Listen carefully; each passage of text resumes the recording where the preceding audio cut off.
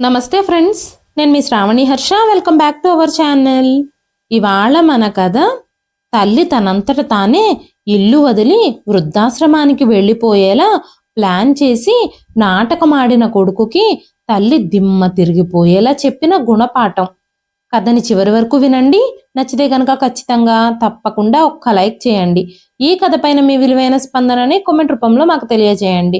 కొత్తవారు ఎవరైనా చూస్తున్నట్లయితే మన ఛానల్ని సబ్స్క్రైబ్ చేసుకోండి. రోజంతా మీరు మీ అమ్మ గురించే ఆలోచిస్తారా? మీరు నన్ను ఇంటికి కాపలాగా తీసుకొచ్చినట్టున్నారు. మీ భార్య కోసం మీరు ఏదైనా చేస్తారా? ఎప్పుడు మీ అమ్మని వెంట పెట్టుకునే ఉంటారు. తల్లి బాధ్యత మాత్రమే కాదు, భార్య బాధ్యత కూడా మీ మీదే ఉందని గుర్తుంచుకోండి అనగానే సుశీలమ్మ గారు, అమ్మ స్వప్న, నేను అనారోగ్యంతో ఉన్నాను, అందుకే రాత్రంతా వినయ్ నా దగ్గరే కూర్చునున్నాడు అనగానే స్వప్న కోపంగా, మీరు మా భార్యాభర్తల మధ్యలో మాట్లాడకుండా ఉంటేనే మంచిది. నేను ఈ ఇంట్లో అడుగుపెట్టిన రోజు దగ్గర నుంచి మీరిద్దరూ రోజంతా ఒకరి కోసం ఒకరు మాట్లాడడం చూస్తూనే ఉన్నాను. వినయ్, నేను నీ భార్యని, నా పట్ల నీకు కొంత కర్తవ్యం ఉంది. ఎప్పుడూ నీ తల్లినే అంటుపెట్టుకుని ఉంటున్నావు. నాకు ఇవన్నీ నచ్చడం లేదు అంది స్వప్న. వినయ్ ఏమీ అనకముందే స్వప్న అతనితో వాదనకు దిగింది. కట్టుకున్న భార్యని వదిలేసి తల్లి కొంగే పట్టుకుని తిరగాలనుకుంటే అసలు మీరు పెళ్ళెందుకు చేసుకున్నట్టు? మీలాంటి వాళ్ళకి పెళ్ళి భార్య అవసరమా అంటూ నోటికొచ్చినట్టుగా మాట్లాడింది. ఆ తర్వాత ఒకరోజు సుశీలమ్మ గారు వంటగదిలోకి వెళ్ళి బ్రేక్ఫాస్ట్ ప్లేట్ తీసుకుంటూ, అమ్మ స్వప్న, చాలాసేపు నుంచి నాకు ఆకలిగా ఉంది, నాకు తినడానికి బ్రేక్ఫాస్ట్ పెడతావా అని అడగగానే స్వప్న కోపంగా, టిఫిన్ ఇంకా రెడీ అవ్వలేదు, రెడీ అయినప్పుడు నేనే మిమ్మల్ని పిలుస్తాను అని చెప్పింది. వెంటనే సుశీలమ్మ గారు అక్కడ గిన్నెలో ఉన్న పాయసం చూసి, అమ్మ స్వప్న, నాకు కొంచెం పాయసం పెడతావా అని అడగగానే, ఎన్నిసార్లు చెప్పాను మీకు, ఎప్పుడూ తినడానికి ముందుంటారు. నేనేమీ మీకోసం పాయసం రెడీ చేయలేదు. నేను వంటగదిలో రోజంతా పనిచేస్తూనే ఉంటాను. మీ అమ్మ కొడుకులిద్దరూ హాల్లో కూర్చుని నవ్వుకుంటూ నేను వండిన వాటిని తింటూ ఉంటారు. మీరు నాకు కిచెన్లో సహాయం చేస్తే అరిగిపోతారా? కనీసం వంటగదిలో కూడా రారు మీరు అంటూ అక్కడే కూర్చున్న భర్తతో, మీరు మీ అమ్మని నాకు వంట పనిలో సహాయం చెయ్యమని చెప్పనే చెప్పరు. మీరు నాకు ఆవిడ్ని సహాయం చెయ్యనివ్వరని నాకు తెలుసు. మీ అమ్మని మహారాణిలా కూర్చోబెట్టి సేవలు చేయడానికి పని మనిషిలా మీరు నన్ను పెళ్లి చేసుకుని ఇంటికి తీసుకొచ్చారు అంటూ స్వప్న మాట్లాడుతూ ఉండగానే వినయ్ నిశ్శబ్దంగా తన ప్లేట్ తీసుకొని హాల్లోకి వెళ్ళిపోయాడు. స్వప్న ఇంకా వినయ్ ఇద్దరూ ప్రేమించి పెళ్లి చేసుకున్నారు. వినయ్ పెళ్లికి ముందు సుశీలమ్మ గారు తన తల్లి కాదని స్వప్నతో అబద్ధం చెప్పాడు. ఎవ్వరూ లేరని అబద్ధం చెప్పి తనని రిజిస్టర్ మ్యారేజ్ చేసుకున్నాడు. పెళ్ళై ఆ ఇంటికి రాగానే అత్తగారు స్వప్నకి స్వాగతం పలుకుతూ హారతిచ్చారు. సుశీలమ్మ గారు తన అత్తగారు అన్న విషయం తెలుసుకున్న స్వప్నకి చాలా కోపం వచ్చింది. ఆ కోపంతో గదిలోకి రాగానే తన సామాన్లు బట్టలు అన్ని విసిరేయడం మొదలుపెట్టింది స్వప్న. స్వప్నని కంట్రోల్ చేయడానికి ప్రయత్నించిన వినయ్తో, స్వప్న, ఆవిడ మీ అమ్మ కాదు అని అబద్ధం చెప్పి నన్ను రిజిస్టర్ మ్యారేజ్ చేసుకున్నావు నువ్వు. మీ అమ్మ బ్రతికే ఉన్నప్పుడు నాకు అబద్ధం ఎందుకు చెప్పావు? నాకు అత్తామామలు ఉండడం అస్సలు ఇష్టం లేదు. అందుకే ఎవ్వరూ లేని వాళ్ళనే నేను పెళ్లి చేసుకోవాలని అనుకున్నాను. ఉదయాన్నే లేచి అత్తగారికి టీ ఇవ్వడం, రోజంతా ఆవిడకి సేవలు చేయడం, వాళ్ళకి ఇష్టమైనవన్నీ వండి పెట్టడం నాకు అస్సలు ఇష్టం ఉండదు. ఆ విషయం నేను మీకు ముందే చెప్పాను. అయినా సరే మీరు నన్ను మోసం చేసి పెళ్లి చేసుకున్నారు అంటూ మొదటి రోజే స్వప్న వినయ్తో పెద్ద గొడవ పెట్టుకుంది. స్వప్న ఆ రోజు నుంచి అత్తగారికి సేవలు చేయడానికి అస్సలు ఇష్టపడేది కాదు. పెళ్ళై ఆ ఇంట్లో అడుగుపెట్టిన దగ్గర నుంచి సుశీలమ్మ గారిని ఇబ్బంది పెడుతూనే ఉండేది. సుశీలమ్మ గారు మాత్రం తన కోడల్ని కూతురులాగా చూసుకుంటూ ఉన్నారు. కోడలు చేసే ఏ పనిలోనూ జోక్యం చేసుకునేవారు కాదు, వంకలు పెట్టేవారు కాదు. ఆ ఇంట్లో స్వప్నకి పూర్తి స్వతంత్రం ఇచ్చినా కూడా స్వప్న అత్తగారంటేనే అస్సలు ఇష్టం ఉండేది కాదు. సుశీలమ్మ గారికి ఒక కన్ను కనిపించదు. ఆవిడ గుడ్డి కన్ను వల్ల స్వప్న ఆవిడ్ని అసహించుకుంటూ ఉండేది. ఆవిడతో కలిసి జీవించడం స్వప్నకి అస్సలు ఇష్టం లేదు. అందుకే వినయ్ స్వప్నకి అబద్ధం చెప్పి పెళ్లి చేసుకున్నాడు. పెళ్ళైన తర్వాత స్వప్న మొదటి పుట్టినరోజు వచ్చింది. ఆ రోజు స్వప్న చాలా సంతోషంగా పుట్టినరోజు కోసం సన్నాహాలు మొదలుపెట్టింది. రకరకాల వంటకాలు, ఐస్ క్రీంలు, గులాబ్ జామున్లు, బిర్యానీలు, ఇంకా చాలా రకాల స్వీట్స్ అన్నీ రెడీ చేసింది స్వప్న. సాయంత్రం చిన్న పార్టీ ఏర్పాటు చేశారు. అందులో స్వప్న స్నేహితులు, బంధువులు రాబోతున్నారు. స్వప్న ఒక ప్లేట్ తీసుకొని అందులో అన్నం, పప్పు పెట్టి భర్త దగ్గరికి తీసుకొచ్చి, వినయ్, వెళ్ళి మీ అమ్మకి భోజనం ప్లేట్ ఇచ్చిరా అని చెప్పగానే వినయ్ నిశ్శబ్దంగా తన తల్లి గదిలోకి వెళ్ళాడు. వినయ్ భోజనం ప్లేట్తో వచ్చేసరికి సుశీలమ్మ గారు ఆకలితో బాధపడుతూ తలుపు దగ్గర నిలబడి ఉన్నారు. ఆకలితో కొట్టుమిట్టాడుతున్న సుశీలమ్మ గారు కొడుకు భోజనం ప్లేట్తో ఎదురుగా నుంచున్నప్పుడు ఆవిడ చాలా సంతోషించింది. ఆ ప్లేట్ తీసుకొని, ఈ రోజు కోడలు పుట్టినరోజు కదా, విశేషం ఏమీ లేదా? నువ్వు నాకు అన్నము, పప్పే తీసుకొచ్చావు. ఇల్లంతా గులాబ్ జామున్లు, ఇంకా స్వీట్ల తాలూకు నెయ్యి వాసనలతో నిండిపోయింది. పాయసం వాసన అయితే ఇందాకడి నుంచి వస్తూనే ఉంది. నాకు పాయసం అంటే చాలా ఇష్టం అని నీకు తెలుసు కదా. దయచేసి నా కోసం పాయసం తీసుకురా, నేను ఇక్కడే కూర్చునుంటాను అనగానే వినయ్, అమ్మా, నేను నీకోసం పాయసం తీసుకొస్తే స్వప్న కోపం వస్తుంది. ఈరోజు తన పుట్టినరోజు కదా, తన మూడ్ పాడు చేయడం నాకు ఇష్టం లేదు అని చెప్పాడు వినయ్. ప్లేట్లో ఉన్న అన్నాన్ని, ఆ పప్పుని చూడగానే సుశీలమ్మ గారి ఆకలి చచ్చిపోయింది. ఆవిడ ఒళ్ళు జలతరించింది. అమ్మా, ఈరోజు స్వప్న పాయసము, గులాబ్ జామును, ఇంకా బిర్యానీ, చాలా రకాల స్వీట్స్ కూడా చేసింది, చాలా వంటకాలు చేసింది అని వినయ్ చెప్పగానే ఆ మాటలు విని సుశీలమ్మ గారి నోట్లోకి నీళ్లొచ్చాయి. ఆవిడికి రోజు అన్నం పప్పు తిని తిని విసుగు పుట్టేసింది. అప్పుడప్పుడు అన్నం పప్పులోకి ఊరగాయ కూడా వచ్చి చేరేది. వెంటనే సుశీలమ్మ గారు, బాబు వినయ్, నువ్వు నా కోసం ఒక స్వీట్ కూడా తీసుకురాలేదేం? అన్నం పప్పు ఎంత పొడి పొడిగా ఉన్నాయి, నేను వాటిని ఎలా తినగలను అనగానే స్వప్న ఆ మాటలన్నీ విని, నేను ఇన్ని రకాల పదార్థాలు, స్వీట్లు ఈ వృద్ధురాలి కోసం ఏమీ తయారు చేయలేదు. నా స్నేహితులు, బంధువులు వస్తున్నారు కాబట్టి వాళ్ళ కోసం మాత్రమే నేను ఇవి తయారు చేశాను. నేను చెప్పింది మీకు అర్థం కావడం లేదా? మీకు ముందు ముందు అన్నీ అర్థమవుతాయిలే అని చెప్పి అక్కడి నుంచి వెళ్ళిపోయింది. అప్పుడు సుశీలమ్మ గారు, బాబు వినయ్, నువ్వు పాయసం తిన్నావా అని అడగగానే, అవునమ్మా, నేను పాయసం తిన్నాను, చాలా రుచిగా ఉంది అన్నాడు. ఆ మాటలు విన్న సుశీలమ్మ గారికి పాయసం తినాలన్న కోరిక కలిగింది. ఆవిడ నోట్లో నీళ్లూరాయి. సుశీలమ్మ గారిని అలా చూసిన వినయ్కి చాలా జాలి కలిగింది. వెంటనే వినయ్, స్వప్న రూంలోకి వెళ్ళినట్టుంది, నేను వెళ్ళి వీలైతే నీకోసం పాయసం తీసుకొస్తాను, స్వప్న చూడకుండా ఎలాగైనా నీకు పాయసం తెచ్చిస్తాను అని చెప్పి వినయ్ తల్లి గదిలో నుంచి బయటికెళ్ళి అన్ని గదుల్లోకి చూశాడు.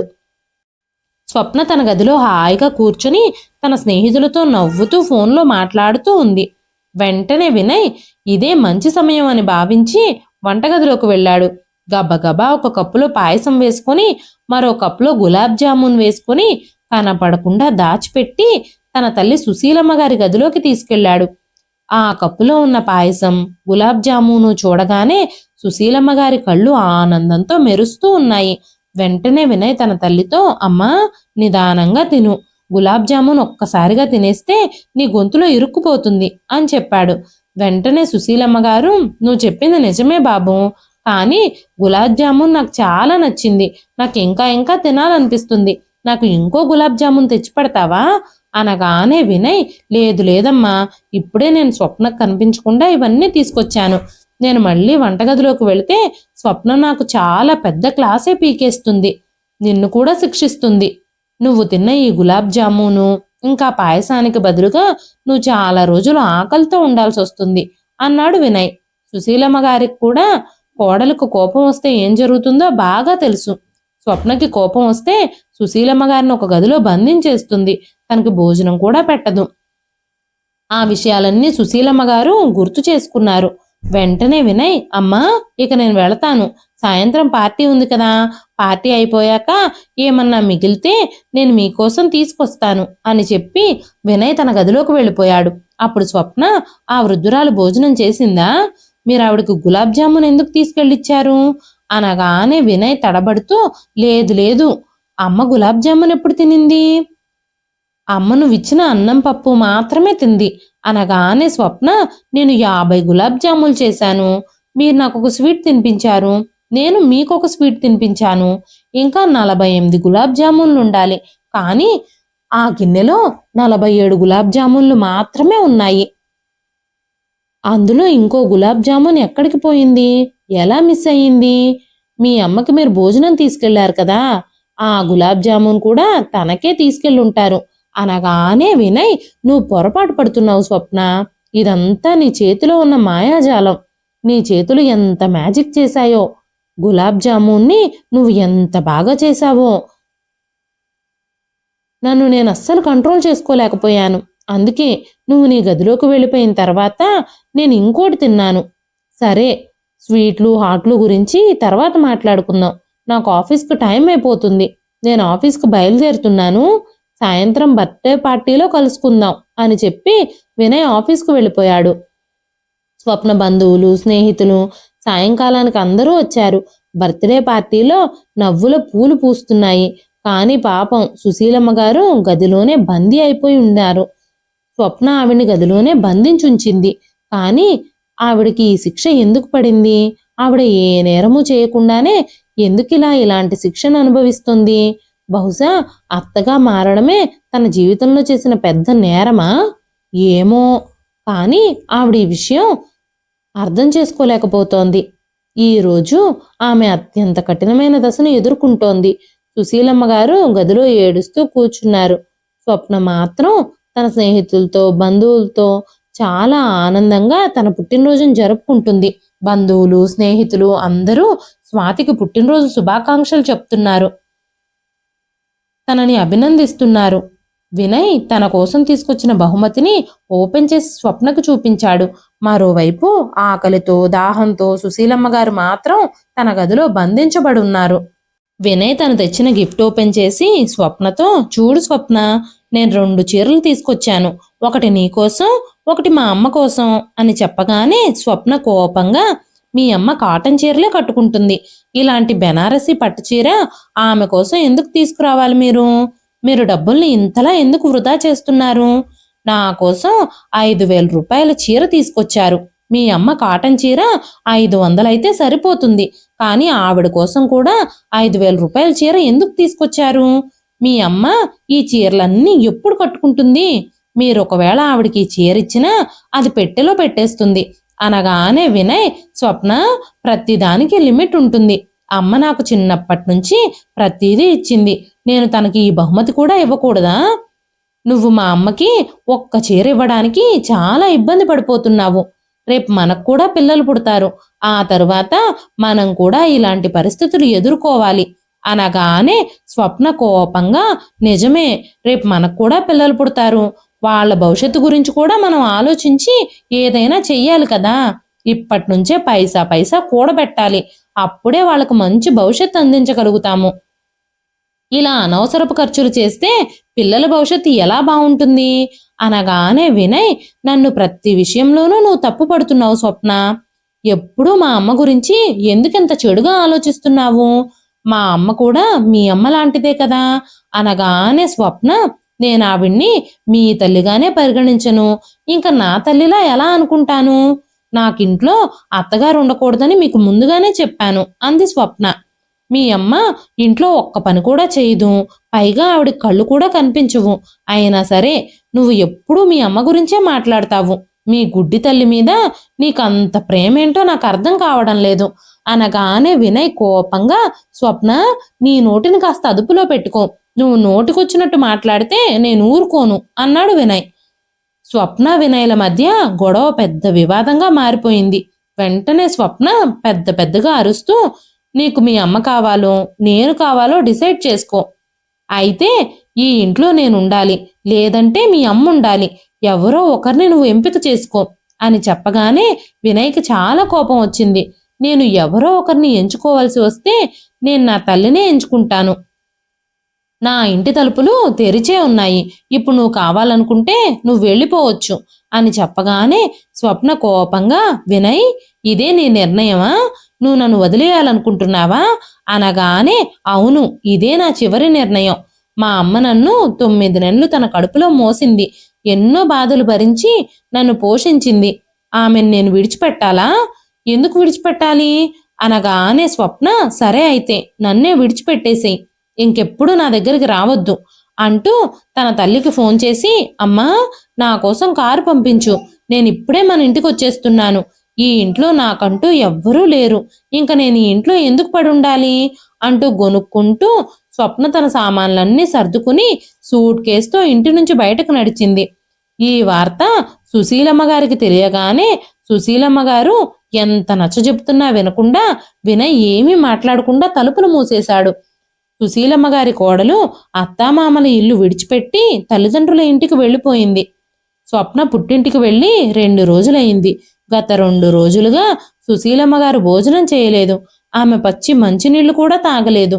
ఆవిడ తనని తానే నిందించుకోవడం మొదలుపెట్టింది. కోడలు ఇల్లు వదిలేసి వెళ్ళిపోయిందంటే నా వల్లే అని తనని తానే నిందించుకోవడం మొదలుపెట్టింది.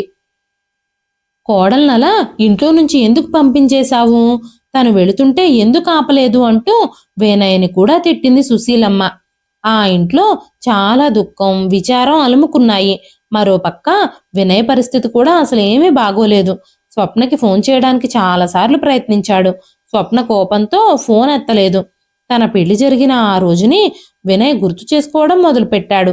నేను చనిపోయే వరకు నేను నీ చెయ్యి విడవనని వినయ్ స్వప్నతో ప్రమాణం చేసిన విషయం తను గుర్తు చేసుకుంటూ ఉండగానే వినయ్ ఫోన్ రింగ్ అయింది. ఫోన్ తీసుకొని బయటకు నడిచాడు వినయ్. ఫోన్ లిఫ్ట్ చేసి హలో అనగానే అవతల వైపు నుంచి స్వప్న గొంతు వినిపించింది. వినయ్ ఎలా ఉన్నావు అని అడగగానే వినయ్ నేను బాగున్నాను స్వప్న అన్నాడు. వెంటనే స్వప్న నేను నీతో ఒక విషయం చెప్పాలి, వినండి. నేను మీ బిడ్డకి తల్లిని కాబోతున్నాను, మీరు తండ్రి కాబోతున్నారు. ఈ విషయం చెప్పడానికే నేను మీకు ఫోన్ చేశాను అని చెప్పగానే స్వప్న నువ్వు చెప్పేది నిజమా, నేను ఇప్పుడే నిన్ను తీసుకెళ్ళడానికి వస్తున్నాను.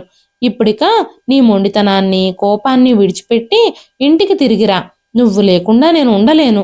నువ్వు ఇంట్లో లేకపోతే నాకు అస్సలు బాగోదు. 2 రోజుల నుంచి నేను నీ జ్ఞాపకాలతోనే బ్రతుకుతున్నాను అని చెప్పగానే స్వప్న ఇప్పటికే చాలా ఆలస్యమైపోయింది. మీ ఇంట్లో మీ అమ్ముంటే నేను ఖచ్చితంగా ఆ ఇంట్లో అడుగు పెట్టను. ఇప్పుడు నువ్వే నిర్ణయించుకో. నీకు నేను నా బిడ్డ కావాలో మీ అమ్మ కావాలో నువ్వు నిర్ణయించుకుని నాతో చెప్పు. నేను ఆ ఇంట్లో అడుగు పెట్టాలా లేదా అనేది నీ నిర్ణయం మీదే ఆధారపడుంది అని చెప్పింది స్వప్న. స్వప్న మాటలు వింటూ ఉంటే వినయ్కి దిమ్మ తిరిగినట్టయింది. అతని నోటి నుంచి మాటలు కూడా రావడం లేదు. వినయ్ తన భార్యను విడిచిపెట్టడానికి ఇష్టపడడం లేదు. అలాగని తన తల్లిని తన నుంచి దూరంగా ఉంచాలని కూడా అనుకోవడం లేదు. చుట్టూ చీకటి అలుముకున్నట్టుగా అనిపించింది. ఏం చేద్దామా అని ఆలోచిస్తూ ఉన్నాడు వినయ్. కానీ ఈ రోజుకి వినయ్ తన తల్లిని చాలా గౌరవిస్తున్నాడు. ఎంతో ప్రశాంతంగా ఉండే జీవితం నరకంగా మారిపోతుందని తను ఇప్పటికీ నమ్మలేకపోతున్నాడు. వినయ్ ఒక్కసారిగా ఊపిరి పీల్చుకుని తన తల్లి గదిలోకి వెళ్లి చూశాడు. సుశీలమ్మ గారు తలుపు దగ్గరే నిలబడి కొడుకు కోడలి ఫోన్లో సంభాషణ అంతా విన్నారు. అప్పుడు సుశీలమ్మ గారు తన కొడుకు వినయ్తో, బాబు వినయ్, నువ్వు తండ్రివి కాబోతున్నావు, నేను నానమ్మని కాబోతున్నాను. కానీ నా మనవళ్ళని ఆడించలేని దురదృష్టకరమైన జీవితం నాది. నా ఒడిలో నా మనవళ్లను కూర్చోబెట్టుకుని ప్రేమగా ఏమీ తినిపించలేను, వాళ్ళని ఆడించలేను. ఇది కోడలు మొండితనం. నేనిక్కడ ఉండకపోతే వేరే చోటుకు వెళ్ళిపోతాను. నా కోసం నీ జీవితాన్ని నాశనం చేసుకోవద్దు అనగానే వినయ్, అమ్మా నువ్విలా మాట్లాడొద్దు, నేను నిన్ను వదులుకోవడానికి అస్సలు సిద్ధంగా లేను అన్నాడు. సుశీలమ్మ గారు చాలాసేపు మౌనంగా ఉండి చివరకు ఒక నిర్ణయం తీసుకున్నారు. నేను వృద్ధాశ్రమానికి వెళతాను. ఈ వృద్ధాప్యంలో నాకు ఇంకా ఎన్ని రోజులు మిగిలిన్నాయో తెలియదు. ఉన్నన్ని రోజులు కృష్ణ రామ అనుకుంటూ ఆశ్రమంలోనే గడుపుతాను. అంతే తప్ప నా కొడుకు కోడలు జీవితాన్ని నరకం చేయాలని నేను అస్సలు అనుకోవడం లేదు.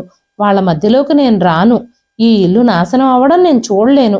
నువ్వు నా గురించి ఆలోచించొద్దు.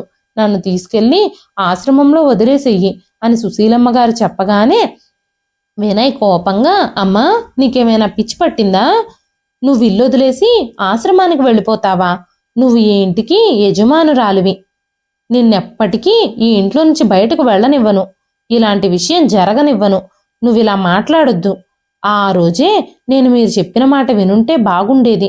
మీకు వ్యతిరేకంగా పెళ్లి చేసుకోకుండా ఉండుంటే బాగుండేది. అప్పుడు ఇలాంటి రోజులు చూడాల్సిన అవసరం వచ్చేది కాదు.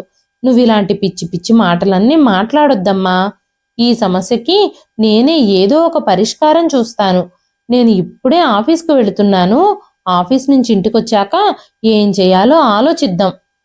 నేను వెళ్ళి స్వప్నని ఎలాగైనా ఒప్పించి తీసుకొస్తాను అనగానే సుశీలమ్మ గారు, ఇప్పుడు స్వప్న తల్లి కాబోతుంది బాబు. ఈ ఇంటికి వారసుని ఇవ్వబోతుంది.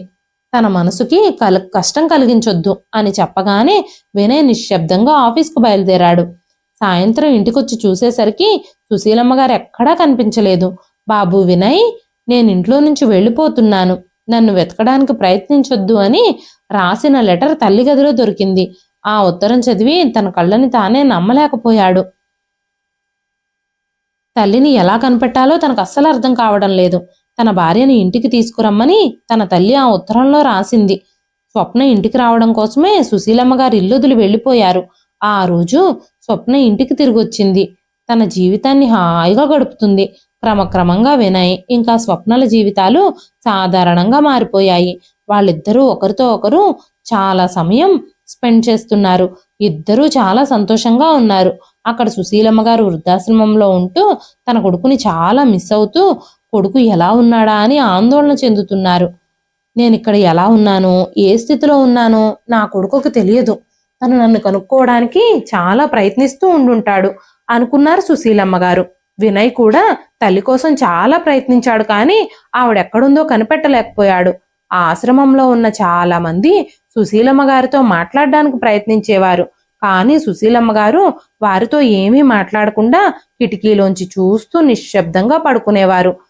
సుశీలమ్మ గారు కొడుకు కోడల్ని ఒప్పించి తనని తీసుకెళ్లడానికి వస్తాడేమోనన్న చిన్న ఆశతో అతని కోసం ఎదురు చూస్తూ ఉండేవారు. మరోపక్క స్వప్న తన బిడ్డ గురించి చాలా ఉత్సాహంగా కలలు కంటోంది. పుట్టబోయే బిడ్డ కోసం రోజు షాపింగ్ చేసేది. స్వప్న, వినయ్ తమ జీవితాన్ని చాలా సంతోషంగా గడుపుతున్నారు. వినయ్ కూడా మెల్లమెల్లగా తల్లి గురించి పూర్తిగా మర్చిపోయాడు. కొన్ని రోజుల తర్వాత దీపావళి పండుగ వచ్చింది. చాలా మంది పెద్దవాళ్ళు పండగ సందర్భంగా తమ తమ ఇళ్లకి కొడుకులని, కోడళ్ళని, మనవళ్ళని, మనవరాళ్ళని కలవడానికి వెళుతున్నారు. సుశీలమ్మ గారికి కూడా తన కొడుకుని, కోడల్ని కలవాలని చాలా కోరిక కలిగింది. ఆశ్రమం నుంచి 1 గంట సేపు సెలవు తీసుకుని కొడుకు దగ్గరకు వెళ్ళింది. ఆవిడ తన ఇంటికి చేరుకున్నప్పుడు ఆ ఇంటి దగ్గర చాలా మంది జనాలుండడం చూసింది. ఏం జరుగుతుందో అని చుట్టుపక్కల వారిని అడిగినప్పుడు కోడలి సీమంతం ఫంక్షన్ జరుగుతుందని, చాలా మంది అతిథులు వచ్చారని తెలిసింది. వంట వాళ్ళు, స్వీట్స్ చేసేవాళ్ళు తమ తమ పనుల్లో నిమగ్నమై ఉన్నారు. పనివాళ్ళు ఇల్లంతా శుభ్రం చేసి అలంకరించే పనిలో ఉన్నారు. కోడలు తనని అక్కడ చూసి కోపగించుకోవచ్చని సుశీలమ్మ గారు అనుకొని పని మనిషిలాగా కొంగు కప్పుకొని తన ఇంట్లో ప్రవేశించింది. సుశీలమ్మ గారికి ఎంత దురదృష్టం వచ్చిందో. సొంతింట్లోనే మారు వేషంలో కొడుకు కోడలు గదిలోకి ప్రవేశించాల్సి వచ్చింది. సొంతింట్లో పని మనిషిలాగా ముసుగేసుకుని తిరగాల్సి వచ్చింది. చీపురు పట్టుకుని దుమ్ము దులపడం ప్రారంభించింది ఆవిడ. ఆమె తన విధిని తలుచుకొని కన్నీళ్లు పెట్టుకుంది. ఎంతో సంబరంగా కోడలికి సీమంతం జరిపించి పుట్టబోయే బిడ్డని ఈ లోకంలోకి ఆహ్వానించాల్సిన తను ఈ రోజు కొడుకు కోడలికి ఏమీ కాని దానిలాగా, ఒక పని మనిషిలాగా ఆ ఇంట్లోకి ప్రవేశించాల్సి వచ్చిందని ఆవిడ చాలా బాధపడింది. కొడుకుని, కోడల్ని రహస్యంగా చూడాలని వాళ్ళ గది దగ్గరకు వెళ్ళిన సుశీలమ్మ గారికి కొడుకు, కోడలు పెద్ద పెద్దగా నవ్వుతూ మాట్లాడుకుంటున్న మాటలు విని సుశీలమ్మ గారి కాళ్ళ కింద నేల జారిపోయింది. కొడుకు వినయ్ పెద్దగా నవ్వుతూ భార్య స్వప్నతో మనం ఎంత గొప్ప నాటకం ఆడాము అనగానే స్వప్న, అవునవును, మీరు చాలా అద్భుతమైన నాటకం ఆడారు. మీ అమ్మకి అస్సలు నిజం ఎప్పటికీ తెలియదు. తన కొడుకు తనని ఇంట్లోనే ఉంచుకోవాలనుకున్నాడని ఆవిడ భావించుండుంటుంది. నా కొడుకు నా కోడలు కంటే నన్నే ఎక్కువగా ప్రేమిస్తున్నాడని ఆమె అనుకుంది అనగానే వినయ్, నేను ఆ వృద్ధురాలి కంటే నా భార్యనే ఎక్కువగా ప్రేమిస్తున్నాను. నేను నా భార్యను హ్యాపీగా ఉండేలా చూసుకోవాలనుకున్నాను. అందుకే ఇంత పెద్ద నాటకం ఆడాను. మా అమ్మ తనంతట తానే ఆశ్రమానికి వెళ్ళిపోయేలా చేశాను. చీర విషయంలో కూడా ఎంత పెద్ద డ్రామా క్రియేట్ చేశానో.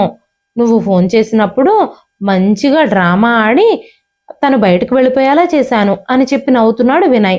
వెంటనే స్వప్న, మీ అమ్మ ఈ ఇంటి నుంచి వెళ్ళిపోయేటప్పుడు మీ అమ్మ పరిస్థితి ఎలా ఉంది అనగానే, ఆ విషయాలన్నీ నువ్వు మర్చిపో స్వప్న, ఈరోజు మనం ఆవిడని గుర్తు చేసుకోవాల్సిన అవసరం ఏమిటి?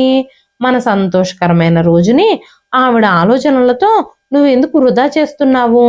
నీ సీమంతం ఫంక్షన్ని ధూమ్‌ధామ్‌గా నేను చేయబోతున్నాను. మన ఇంట్లో ఆ పెద్ద గది ఖాళీగా ఉంది కదా, ఆ గదిలోనే ఫంక్షన్ చేద్దాము. ఆ వృద్ధురాలి ఫోటోను కూడా ఎవ్వరూ చూడకుండా తీసేస్తాను. ఫోటో చూస్తే ఎవ్వరైనా మీ అమ్మ ఎక్కడా అని అడుగుతారు. అప్పుడు మనం ఏం సమాధానం చెప్తాం?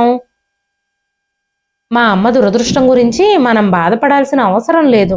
ఆవిడ ముఖాన్ని కూడా మనం చూడాల్సిన అవసరం లేదు అంటూ వినయ్ సుశీలమ్మ గారి ఫోటోను విసిరేసి తన తల్లి అల్మారా తెరిచి అందులో ఉన్న బెనారసీ పట్టు చీరను బయటకు తీసి, స్వీట్ హార్ట్, నేను ఈ చీరని నీకోసమే తీసుకొచ్చాను.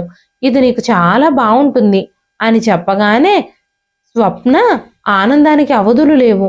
ఇద్దరూ చాలా సంతోషంగా ఉన్నారు. బయటే నిలబడి ఈ మాటలన్నీ వింటున్న సుశీలమ్మ గారు కొడుకు కోడలి నీచమైన ప్రవర్తనకి ఆశ్చర్యపోయారు. ఆ మాటలు వింటూ ఉంటే సుశీలమ్మ గారికి గుండె పగిలినంత పని అయింది. ఈ కొడుకు కోసమే నేను నా జీవితాన్ని త్యాగం చేశానా? ఈ కొడుకు సంతోషం కోసమే నేను నా సొంత ఇంటిని విడిచిపెట్టి ఆశ్రమానికి వెళ్ళిపోయానా? ఈ కొడుకు కోసమే నేను ఇన్ని కన్నీళ్లు పెట్టుకున్నానా? నా కొడుకుని జ్ఞాపకం చేసుకుంటూ నా జీవితాన్ని గడుపుతూ ఆశ్రమంలోనే ఉంటున్నాను. కానీ ఇక్కడ కొడుకు కోడలు నన్ను వదిలించుకున్నందుకు చాలా సంతోషంగా ఉన్నారు అనుకుంటూ ఆవేదన వ్యక్తం చేశారు. నా కొడుకు నా కోసమే ఆలోచిస్తున్నాడని, నన్ను చాలా ప్రేమిస్తున్నాడని నేను అనుకున్నాను. కానీ అతను తన భార్యతో చాలా సంతోషంగా జీవిస్తున్నాడు. నేను మాత్రం ఆశ్రమంలో ఏడ్చుకుంటూ నా జీవితాన్ని గడిపేస్తున్నాను. అలాంటి కొడుకు కోసం నేను కన్నీళ్లు పెట్టుకుంటున్నాను.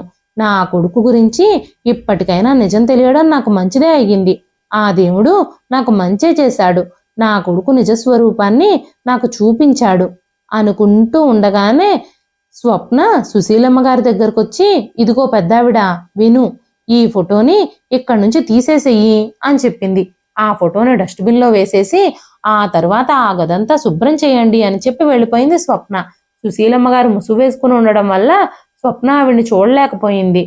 సుశీలమ్మ గారు ఆ ఫోటోని డస్ట్బిన్ దగ్గర వేసేసి తన కొడుకు కోడల్ని తన హృదయాల నుంచి కూడా శాశ్వతంగా తరిమి కొట్టేసింది. జీతం డబ్బులు తీసుకున్న తర్వాత సుశీలమ్మ గారు ఆ ఇంటిని విడిచిపెట్టి ఆశ్రమానికి చేరుకున్నారు. ఆ రోజు సుశీలమ్మ గారు చాలా సంతోషంగా కిలకిల్లాడుతూ ఉండడం చూసి ఆశ్రమంలో ఉన్న వాళ్ళందరూ ఆశ్చర్యపోయారు. ఆవిడ మారుతున్న ప్రవర్తన చాలా బాగుంది. ఆవిడ అందరితో చాలా సంతోషంగా గడపడం మొదలుపెట్టారు. అందరి కష్ట సుఖాలు పంచుకుంటూ, ఎవరికైనా ఏదైనా సహాయం కావాలంటే చేస్తూ, తన కొడుకుని కోడల్ని పూర్తిగా మర్చిపోయి తన జీవితాన్ని సంతోషంగా గడుపుతున్నారు. మరోవైపు స్వప్న ఇంకా వినయ్లు తమ భవిష్యత్తు కోసం సిద్ధమవుతున్నారు. తమకు పిల్లలు పుట్టబోతున్నారన్న ఆనందంలో చాలా మంచి పార్టీ అందరికీ ఇచ్చారు. వాళ్ళు చాలా ఆనందంగా సరదాగా ఉన్నారు. సమయం వేగంగా గడిచిపోయింది. స్వాతి డెలివరీ టైం వచ్చింది. కానీ తామొకటి తలిస్తే విధి మరొకటి తలిచింది. స్వప్న గర్భాశయంలో ఒక గడ్డ ఏర్పడిందని, బిడ్డకి శ్వాస తీసుకోవడానికి వీలు కావడం లేదని, బిడ్డ ఎదుగుదల కడుపులో ఆగిపోయిందని డాక్టర్ వెంటనే ఆపరేషన్ చేయాలని చెప్పారు. త్వరగా ఆపరేషన్ చేయకపోతే ఆ బిడ్డ తల్లి కడుపులోనే చచ్చిపోవచ్చు అని చెప్పారు. అప్పుడు ఆ తల్లి బిడ్డ ఇద్దరి ప్రాణాలకి ప్రమాదం ఏర్పడొచ్చు. ఇప్పుడైతే కనీసం తల్లి ప్రాణాలనైనా కాపాడొచ్చు అని డాక్టర్లు చెప్పారు. వినయ్ ఎలాగైనా స్వప్నని రక్షించాలని నిర్ణయం తీసుకున్నాడు. స్వప్నకి విపరీతంగా రక్తస్రావం జరగడంతో విదేశాల నుంచి డాక్టర్లు వచ్చి ఆపరేషన్ చేయించాల్సి వచ్చింది. వినయ్ చాలా ఇబ్బందులు పడాల్సి వచ్చింది. వినయ్ చాలా రోజులు హాస్పిటల్లోనే గడిపాడు. ఆఫీస్ నుంచి చాలా కాలం లీవ్ తీసుకున్నాడు. దానివల్ల వినయ్ని ఆఫీస్ నుంచి తీసేశారు. తన ఉద్యోగం కూడా పోగొట్టుకున్నాడు. 40 రోజులకి స్వప్న కాస్త కోలుకుంది. కడుపులోనే బిడ్డ చనిపోయాడు. ఆ బిడ్డను తలుచుకుంటూ స్వప్న చాలా ఏడ్చింది. అప్పుడు స్వప్న వినయ్తో, వినయ్, మనం ఓటమిని ఒప్పుకుంటే ఈ ఇల్లు ఎలా నడుస్తుంది? నువ్వు నీ ఉద్యోగం పోగొట్టుకున్నావు. నేను ఇంకా చాలా బలహీనంగానే ఉన్నాను. ఇప్పుడు ఈ ఇంట్లో పనికి కూడా పని మనిషిని పెట్టుకోవాల్సిన పరిస్థితి వచ్చింది. ఇలాంటి గడ్డు పరిస్థితుల్లో మనకి సహాయం చేయడానికి మనకంటూ ఈ లోకంలో ఎవ్వరూ లేరు. ఇలాంటి పరిస్థితుల నుంచి మనం బయటపడడం కోసం మన ఇంటిని కొన్ని రోజులు అద్దెకిచ్చేద్దాం. దానివల్ల నా మందుల ఖర్చులు, ఇంటి ఖర్చులు కూడా కవర్ అవుతాయి. మనం ఒక గదిలో ఉంటూ మిగతా ఇంటిని అద్దెకిచ్చేద్దాం అని మాట్లాడుతూ ఉండగానే డోర్ బెల్ మోగింది. వెంటనే ఎవరొచ్చారా అనుకుంటూ వెళ్లి తలుపు తీయగానే కోర్టు నుంచి నోటీస్ వచ్చింది. వెంటనే ఈ నోటీస్ ఎవరు పంపించారు, మేమెందుకు ఈ ఇల్లు ఖాళీ చెయ్యాలి అని వినయ్ లాయర్ని అడగగానే లాయరు వినయ్తో, మీ అమ్మగారే ఈ నోటీసుని మీకు పంపించారు, సుశీలమ్మ గారు ఈ నోటీసును పంపించారు, సుశీలమ్మ గారు మీ అమ్మగారే కదా అనగానే వినయ్, మా అమ్మ ఈ లోకంలోనే లేదు, ఆవిడ నోటీస్ ఎలా పంపించగలుగుతారు అన్నాడు. వెంటనే సుశీలమ్మ గారు చప్పట్లు కొడుతూ ముందుకొచ్చి, బ్రతికున్న తల్లిని నువ్విలా చంపేస్తావని నేను అనుకోలేదు, నేను ఇంకా బ్రతికే ఉన్నాను, ఈ ఇల్లు నాది, ఈ ఇంటి మీద సర్వ హక్కులు అధికారాలు నాకే ఉన్నాయి అని చెబుతున్న సుశీలమ్మ గారిని చూసి వినయ్ ఇంకా స్వప్న కంగారు పడ్డారు. వెంటనే వినయ్, అమ్మా మేం మీ పిల్లలం, మమ్మల్ని నువ్వు ఎక్కడికి వెళ్ళిపోమ్మంటున్నావు, మేమిప్పటికిప్పుడు ఈ ఇంటిని ఖాళీ ఎలా చేస్తాము, ఇప్పటికిప్పుడే ఈ ఇల్లుదిలి ఎలా వెళ్ళిపోగలము అనగానే సుశీలమ్మ గారు, ఈ ఇంటి కాగితాలు నా దగ్గరే ఉన్నాయి, ఈ ఇంటి మీద నాకే హక్కుంది అన్నారు. వెంటనే వినయ్, అమ్మా నువ్వెక్కడికి వెళ్ళిపోయావు, అసలు చెప్పా పెట్టకుండా ఇంట్లో నుంచి బయటకు వెళ్ళిపోయావు, నీకోసం ఎక్కడెక్కడ వెతికామో నీకేం తెలుసు, నేను నిన్ను గుర్తు చేసుకుంటూ ఏడుస్తూనే ఉన్నాను, నువ్విప్పుడు వచ్చేసావు, నాకు చాలా సంతోషంగా ఉంది అంటూ వినయ్ తన తల్లిని కౌగిలించుకుని తన చంపపై ముద్దు పెట్టాడు. వెంటనే సుశీలమ్మ గారు కొడుకుని లాగిపెట్టి చంపదెబ్బ కొట్టారు. ఇంకా నన్ను ఫోన్లు చెయ్యాలని ట్రై చేయకండి, మీ ప్రయత్నాలు ఆపండి, నిజానిజాలన్నీ నాకు తెలుసు, నువ్వు నా కొడుకువి, నేను కన్నా నీకే అన్ని తెలివితేటలుంటే నాకెన్ని తెలివితేటలుండాలి, నేను అన్ని విషయాలు తెలుసుకున్నాను, నువ్వు స్వయంగా ఈ కన్న తల్లికి వెన్నుపోటు పొడిచావన్న విషయం నాకు తెలిసిపోయింది, మీరిద్దరూ సీమంతం రోజున మాట్లాడుకుంటున్న మాటలన్నీ నేను విన్నాను, ఆ రోజు నేను మీ ఇంట్లోనే ఉన్నాను, నేను పని మనిషి రూపంలో ఇక్కడికి వచ్చాను, నా కొడుకు నా కోడలు మాట్లాడుకుంటున్న మాటలన్నీ నేను వినేశాను, ఆ రోజు ఇల్లు శుభ్రం చేసేటప్పుడు నా ఫోటో తీసి డస్ట్బిన్లో వేయమని మీరు చెప్పారు కదా, ఆ ఫోటోను డస్ట్బిన్లో వేసేసిన తర్వాత నా గది శుభ్రం చేస్తూ ఉన్నప్పుడు నా అలమారాలో నుంచి ఇంటి కాగితాల్ని నేను తీసేసుకున్నాను, నా భర్త నా పేరు మీద రాసిచ్చిన ఈ ఇంటిని వృద్ధాశ్రమం పేరు మీద రాసిస్తున్నాను, ఏ కొడుకైనా తన తల్లిని ఇంటి నుంచి తరిమేసి తన తల్లిని ఆశ్రమం పాలు చేస్తే ఆ కన్న తల్లి తన ఇంటిని ఆశ్రమంగా చేయగలదని నేను నిరూపించి చూపించాను, కనీసం నీ కన్న తల్లిని నువ్వు ఇంట్లో నుంచి వెళ్ళిపోయేలా చేస్తే కనీసం నాకు నిలువ నీడైనా దొరికింది, ఇప్పుడు మీరిద్దరూ ఇంటి నుంచి వెళ్ళిపోతున్నారు, మీరు చేసిన పాపాలకి మీకు నిలువ నీడ కూడా దొరకదు, కన్నతల్లిని ఇంత క్షోభ పెట్టిన ఏ కొడుకు బాగుపడడు అని కోపంగా అన్నారు సుశీలమ్మ గారు. సుశీలమ్మ గారు మాట్లాడుతున్న మాటలకి వినయ్ చెలించిపోయాడు. కొడుకు కోడలు ఇద్దరూ తలదించుకొని క్షమాపణలు అడుగుతూనే ఉన్నారు, కానీ సుశీలమ్మ గారు వాళ్ళిద్దరిని క్షమించలేదు. వాళ్ళిద్దరూ ఆ ఇంటిని విడిచిపెట్టి అక్కడి నుంచి వెళ్ళిపోవాల్సి వచ్చింది. బిచ్చగాళ్లలాగా ఇంటికి తిరుగుతూ తమ జీవితాన్ని గడపాల్సి వచ్చింది. ఇదండి ఈ రోజు కథ. ఈ కథ మీకు ఎలా అనిపించింది? కథ నచ్చితే ఒక్క లైక్ చేయండి. మరెన్నో ఇలాంటి ఇంట్రెస్టింగ్ కథల కోసం మన ఛానల్ని సబ్స్క్రైబ్ చేసుకోండి.